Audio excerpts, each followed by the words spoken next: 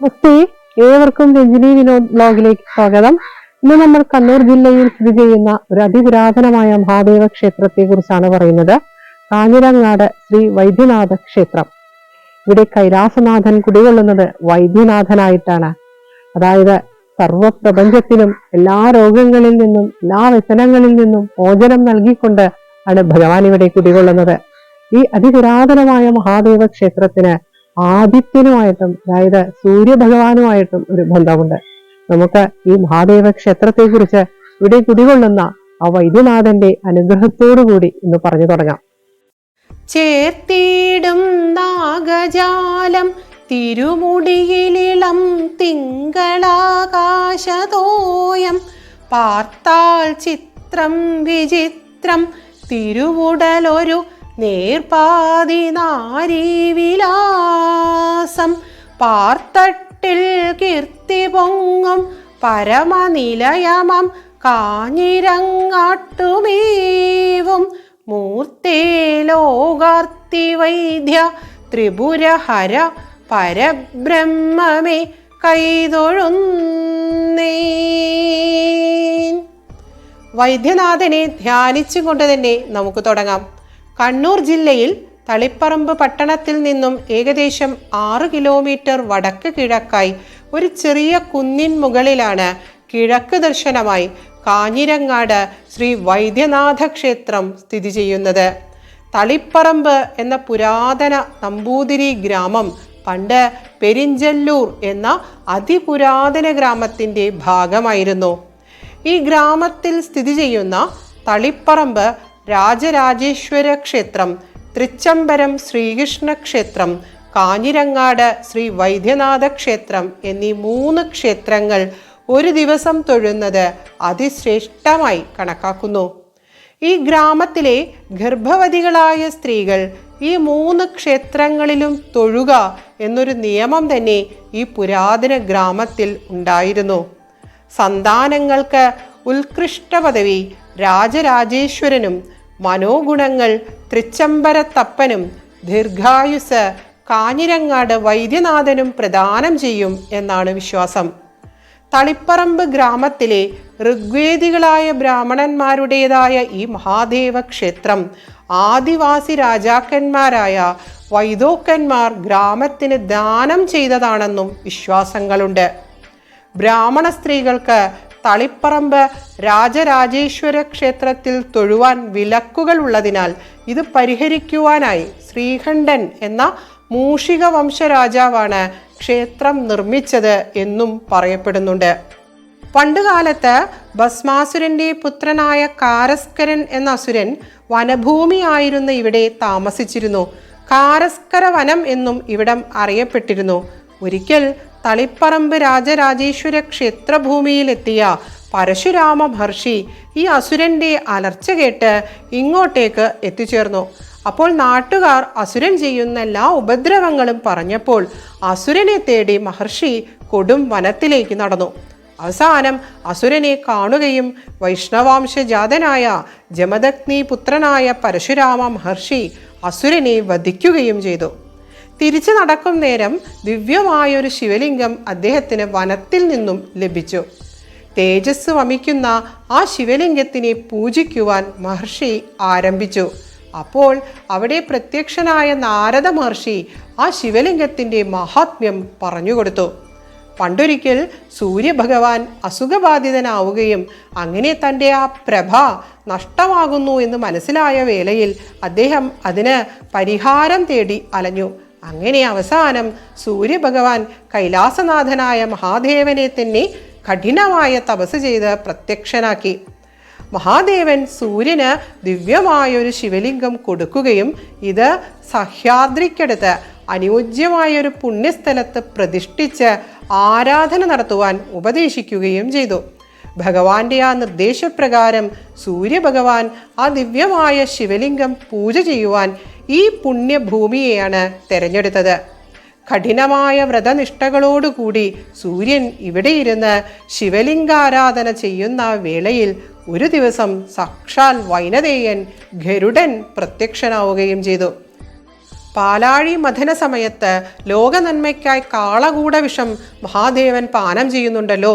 അതിനുശേഷമുള്ള ആ വിഷബാധയിൽ നിന്ന് സ്വയം പുറത്തു കടക്കുവാനായിട്ട് ഭഗവാൻ ഒരു ആത്മലിംഗം അഥവാ വൈദ്യനാഥലിംഗം സ്ഥാപിച്ച് പാർവതീദേവിയോടൊപ്പം ആരാധന നടത്തുകയും അങ്ങനെ ആ വിഷബാധയിൽ നിന്ന് വിമുക്തനാവുകയും ചെയ്തു എന്ന കഥയാണ് ഗരുഡൻ സൂര്യഭഗവാന് പറഞ്ഞു കൊടുക്കുന്നത്. സൂര്യഭഗവാൻ അപ്പോൾ മനസ്സിലാവുന്നു താൻ ആരാധിക്കുന്ന ആ ശിവലിംഗത്തിൻ്റെ മഹാത്മ്യം.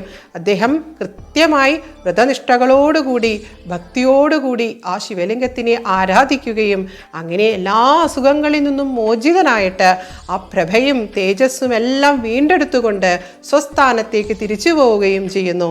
ഈ കഥയൊക്കെയാണ് നാരദൻ പരശുരാമ മഹർഷിക്ക് പറഞ്ഞു കൊടുക്കുന്നത്. അപ്പോൾ സൂര്യ തേജസ്സുള്ള ആ ദിവ്യമായ ശിവലിംഗമാണ് താനിപ്പോൾ കണ്ടിരിക്കുന്നത് എന്ന് മനസ്സിലായ പരശുരാമ മഹർഷി വേഗം വിദ്യാവണ്ണം അത് പ്രതിഷ്ഠിക്കുകയും പൂജാതി കർമ്മങ്ങളെല്ലാം നിശ്ചയിക്കുകയും ചെയ്തു എന്നാണ് ഐതിഹ്യം. സൂര്യ തേജസ്സുള്ള ശിവലിംഗമാകിയാൽ ഞായറാഴ്ചയാണ് ഇവിടെ പ്രാധാന്യം. മാത്രവുമല്ല മലയാള മാസം 6 ഞായറാഴ്ച ദിവസം വന്നാൽ അതിപ്രാധാന്യമാണ്. 6 ഞായർ എന്നാണ് ഇതറിയപ്പെടുന്നത്. അങ്ങനെ ഒരു ദിവസമാണ് ഇവിടെ പ്രതിഷ്ഠ നടന്നത് എന്ന് വിശ്വസിക്കപ്പെടുന്നു. സർവ്വരോഗങ്ങളും ഇല്ലാതെയാക്കി ഭക്തജനങ്ങളെ സംരക്ഷിച്ചുകൊണ്ട് വൈദ്യനാഥനായി മഹാദേവൻ ഇവിടെ പരിലസിക്കുന്നു. വൈദ്യനാഥൻ എന്ന സങ്കല്പത്തോടൊപ്പം അഘോര ശിവൻ എന്ന ഭാവവും ഇവിടെ ഭഗവാനുണ്ട്. ദ്വാദശാദിത്യന്മാരിൽ ഒരാളായ വിഷ്ണുവിന് ഇവിടെ ഭഗവാനെ ഭജിച്ച് അസുഖം മാറി എന്നും കഥകളുണ്ട്. ദ്വാദശാദിത്യന്മാരിൽ ഒരാളായ അരുണന് ത്വക്കുരോഗം വന്നപ്പോൾ വിശ്വകർമാവ് അദ്ദേഹത്തെ കടഞ്ഞു എന്നും ബാക്കി വന്ന ധൂളികൾ കുഴച്ചെടുത്ത് ഉണ്ടാക്കിയതാണ് ഇവിടുത്തെ ശിവലിംഗം എന്നും അതിനാൽ അരുണസങ്കല്പവും ഇവിടെയുണ്ട് എന്നൊക്കെയുള്ള കഥകൾ വാമൊഴികളായി പ്രചാരത്തിലുണ്ട്. എന്തു തന്നെയായാലും ഇവിടെ വന്ന് ഭജിച്ചാൽ മാറാത്ത അസുഖങ്ങൾ ഇല്ല എന്നത് പലർക്കും അനുഭവങ്ങളാണ്. സൂര്യന് പ്രാധാന്യമുള്ളതിനാൽ തന്നെ ഇവിടെ സൂര്യ നമസ്കാരം ചെയ്യുന്നത് ശ്രേഷ്ഠമാണ്. വിഷബാധ മാറുവാനും ഇവിടുത്തെ ദർശനം അതിശ്രേഷ്ഠമാണ്. ഗർഭഗൃഹം, വിഗ്രഹം, തിടപ്പള്ളി, സോപാനപടി, ക്ഷേത്രകിണർ, ക്ഷേത്രച്ചിറ എന്നിവിടങ്ങളിലെല്ലാം അമൂല്യമായ ഔഷധങ്ങളുടെ നിക്ഷേപം ഈ ക്ഷേത്രഭൂമിയിലുണ്ട് എന്നാണ് വിശ്വാസം. അതിനാൽ ക്ഷേത്രച്ചിറയിൽ കുളിച്ചു തൊഴുക എന്ന രീതിയാണ് ഭക്തന്മാർ അവലംബിക്കുന്നത്. പണ്ടുകാലത്ത് കരസ്കാരണ്യ എന്നും ഈ ക്ഷേത്രം അറിയപ്പെട്ടിരുന്നു അത്രേ. ക്ഷേത്രത്തിൻ്റെ കിഴക്കുവശത്തുള്ള ആലിനും കാഞ്ഞിര വൃക്ഷത്തിനും വൃക്ഷത്തിനു ചുറ്റുമുള്ള കാഞ്ഞിരത്തറയ്ക്കും പ്രാധാന്യമുണ്ട്. കുരുക്ഷേത്ര യുദ്ധകാലത്ത് പാണ്ഡവ മാതാവായ കുന്തിദേവി തൻ്റെ പുത്രന്മാരുടെ ദീർഘായുസിനും വിജയത്തിനുമായി ഇവിടെ വന്ന് വൈദ്യനാഥനെ വ്രതാനുഷ്ഠാനങ്ങളോടെ ഭജിച്ചു. അവസാനം വിജയവാർത്ത, പാണ്ഡവന്മാർ വിജയിച്ച ആ വാർത്ത വായുഭഗവാൻ കുന്തിദേവിയെ അറിയിക്കുന്നത് ആലിൻ ചുവട്ടിൽ വെച്ചായിരുന്നു അത്രേ. ദേവി വേഗം ആ ആലിനെ പ്രദക്ഷിണം വെച്ച് നമസ്കരിക്കുകയും കാഞ്ഞിരത്തറയിലേക്ക് ചെന്നിരുന്ന് വ്രതസമാപന സൂചകമായിട്ട് മുറുക്കുകയും ചെയ്തു എന്നാണ് കഥ. ഒരു ധനു 18 ഇത് സംഭവിച്ചത് എന്നും അതിനാൽ തന്നെ ഇന്നും ആ ദിവസം കാഞ്ഞിരത്തിലെ ആ ഇലയ്ക്ക് കയ്പുണ്ടാവില്ല എന്നും വിശ്വസിക്കപ്പെടുന്നു. ഈ കാഞ്ഞിരത്തറയിലും ഔഷധ നിക്ഷേപം ഉണ്ട് എന്ന് പറയപ്പെടുന്നുണ്ട്. ക്ഷേത്രം പൗരാണികമായ എല്ലാ സൂചനകളും പങ്കുവെക്കുന്നുണ്ട്. വിശാലമായ ക്ഷേത്രഭൂമിയാണ്. ശ്രീകോവിൽ വളരെ വലുതാണ്. സഹസ്രകോടി സൂര്യന്മാരുടെ പ്രഭയോടെ സർവപ്രപഞ്ചത്തിനും സ്വാസ്ഥ്യം പ്രദാനം ചെയ്തുകൊണ്ട് പരിശോഭിക്കുന്ന വൈദ്യനാഥ പ്രഭുവിൻ്റെ ആ ദിവ്യ ദർശനം എല്ലാ സന്താപങ്ങളെയും ഇല്ലാതെയാക്കുന്നു. സൂര്യൻ ഉദിച്ചാൽ കാർമേഘങ്ങൾക്ക് നിലനിൽപ്പില്ല എന്ന് പറയുന്നത് പോലെ ഭഗവത് ദർശനത്തിൻ്റെ ആ പരമാനന്ദത്തിൽ മനസ്സും ശരീരവും സകല രോഗങ്ങളിൽ നിന്നും പുറത്തേക്ക് കടക്കുന്നു. ഗണപതി, ശാസ്താവ് എന്നീ ഉപദേവതമാരും പിന്നെ യക്ഷി സാന്നിധ്യവും ഈ ക്ഷേത്രഭൂമിയിലുണ്ട്. നമ്മളിപ്പോൾ ക്ഷേത്രച്ചിറയ്ക്ക് സമീപത്തേക്കാണ് പോയിക്കൊണ്ടിരിക്കുന്നത്. ഈ ചിറയിൽ ഔഷധങ്ങൾ നിറച്ച 3 കിണറുകളുണ്ട് എന്നാണ് വിശ്വാസം. ജലധാരയും ക്ഷീരധാരയും ഈ ക്ഷേത്രത്തിലെ പ്രധാന വഴിപാടുകളാണ്. ധാരാശേഷം കിട്ടുന്ന പ്രസാദം സോപാനപ്പടിയിൽ വെച്ചാണ് മേൽശാന്തി ഭക്തജനങ്ങൾക്ക് കൈമാറുന്നത്. ദിവ്യമായ ശിവലിംഗത്തിൽ അഭിഷേകം ചെയ്ത ക്ഷേത്രക്കിണറിലെ ജലവും ക്ഷീരവും ഭസ്മവും എല്ലാം സേവിക്കുന്നതിലൂടെ സർവ്വവ്യാധികളും ശമിക്കുന്നു. ഇവിടെ താമസിച്ച് ഭജനം നടത്തുന്ന നിരവധി ഭക്തജനങ്ങളെ കാണുവാൻ സാധിച്ചു. മൃത്യുഞ്ജയ ജപം, രുദ്രാഭിഷേകം, വെണ്ണ ജപം, അരുണ നമസ്കാരം എന്നിങ്ങനെ വേറെയും വഴിപാടുകൾ ഈ ക്ഷേത്രത്തിലുണ്ട്. കണ്ണുരോഗങ്ങൾ, ശ്വാസം മുട്ടൽ, ത്വക്കുരോഗങ്ങൾ, വിഷബാധകൾ എന്നിങ്ങനെ നിരവധി വ്യാധികളിൽ നിന്നും വൈദ്യനാഥൻ കാത്തു രക്ഷിച്ച അനുഭവങ്ങൾ ഇവിടെ ഭക്തജനങ്ങൾക്ക് പറയുവാനുണ്ട്. തിരുവാതിരയും ശിവരാത്രിയും പ്രധാന ആണ്ടുവിശേഷങ്ങളാണ്. തിരുവാതിര ദിവസം ഉച്ചപൂജ കഴിഞ്ഞാൽ അരിയും പാലും കൊടുക്കുക എന്ന ചടങ്ങ് നടക്കുമ്പോൾ തളിപ്പറമ്പ് രാജരാജേശ്വരൻ്റെ സാന്നിധ്യം ഇവിടെ വൈദ്യനാഥനോടൊപ്പം ഉണ്ടാകുന്നു എന്നൊരു വിശ്വാസമുണ്ട്. പെരിഞ്ചല്ലൂർ ഗ്രാമത്തിലെ സ്ത്രീകൾ തിരുവാതിര ആചരിക്കുമ്പോൾ അനുഷ്ഠിക്കുന്ന എല്ലാ ചടങ്ങുകളും ഈ ക്ഷേത്ര സന്നിധിയിൽ വെച്ചാണ് ചെയ്യാറുള്ളത് എന്ന ഒരു പ്രത്യേകത കൂടിയുണ്ട്. 4 തന്ത്രിമാർ ഉള്ള ഒരു ക്ഷേത്രമാണിത്. ധനുപത്തിന് കാഞ്ഞിരത്തറയിൽ കളിയാട്ടം നടക്കുന്നു. ഭഗവാന്റെ കാവലാളുമാരായ ഉള്ളാട്ടിൽ ഭഗവതി, വലിയ തമ്പുരാട്ടി എന്നീ ദേവിമാരുടെ തെയ്യക്കോലങ്ങളാണ് കെട്ടിയാടുന്നത്. ശതസോമൻ എന്ന കോലത്തിരി രാജാവാണ് ക്ഷേത്രം പണി കഴിപ്പിച്ചത് എന്നും പറയപ്പെടുന്നുണ്ട്. കാരസ്കരേശാഷ്ടകം എന്ന പുരാതനമായ സംസ്കൃത കാവ്യത്തിൽ വൈദ്യനാഥന്റെ സ്തുതികളാണ് പ്രതിപാദിച്ചിരിക്കുന്നത്. 8-ാം നൂറ്റാണ്ടിൽ വിരചിതമായ ചെല്ലൂർ നാദോദയം ചമ്പുവിൽ ഈ ക്ഷേത്ര പരാമർശം ഉള്ളതിനാൽ ക്ഷേത്രം അതിനു മുമ്പ് തന്നെ നിർമ്മിക്കപ്പെട്ടു എന്ന് വിശ്വസിക്കുന്നു. വൈദ്യനാഥന്റെ ഭക്തവാത്സല്യം പ്രകടമാക്കുന്ന അനവധി കഥകൾ പ്രചാരത്തിലുണ്ട്. ഒരിക്കൽ സർപ്പദംശനമേറ്റ് കരിനീല നിറമായി സർവ്വവൈദ്യന്മാരും കൈയൊഴിഞ്ഞ് അർദ്ധപ്രാണനായ ഒരു വ്യക്തിയെ അവസാന ആശ്രയമെന്നോണം ഇവിടെ ലോകവൈദ്യനായ വൈദ്യനാഥന്റെ തിരുമുമ്പിലേക്ക് കൊണ്ടുവന്നുത്രേ. ക്ഷേത്ര ഗോപുരത്തിൽ കിടത്തി ധാരാപ്രസാദവും ഭസ്മപ്രസാദവും ശരീരത്തിൽ തൂകുകയും ഭഗവാനോട് ബന്ധുക്കൾ ഭക്തിപൂർവം പ്രാർത്ഥനകൾ നടത്തുകയും ചെയ്തു.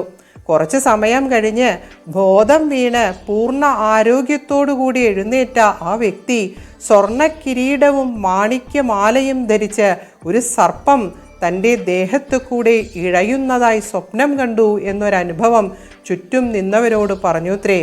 അത് മഹാദേവന്റെ കങ്കണമായ തക്ഷകൻ തന്നെ ആയിരുന്നു എന്നൊക്കെ കഥകളുണ്ട്. ആദിത്യ തേജസ്സോടുകൂടി പ്രപഞ്ചനാഥൻ വൈദ്യനാഥനായി കുടികൊള്ളുന്ന ഈ ക്ഷേത്രഭൂമിയിലൂടെ ഇങ്ങനെ സഞ്ചരിക്കുമ്പോൾ മനസ്സിനും ശരീരത്തിനും ഒരു പ്രത്യേക ഉന്മേഷം കൈവരുന്നു എന്നത് ഒരു സത്യമാണ്. ഈശ്വരൻ പ്രദാനം ചെയ്യുന്ന സംരക്ഷണത്തോളം വലിയ ഒരു ധൈര്യം ഈ പ്രപഞ്ചത്തിൽ വേറെ ഒന്നിനും തരുവാൻ സാധ്യമല്ല തന്നെ. പരമമായ ശാന്തിയും ഒപ്പം പിതൃവാത്സല്യവും സമ്മാനിച്ച ഈ പുണ്യ പുരാതന ക്ഷേത്രഭൂമിക്ക് ശതകോടി സാഷ്ടാംഗ പ്രണാമം.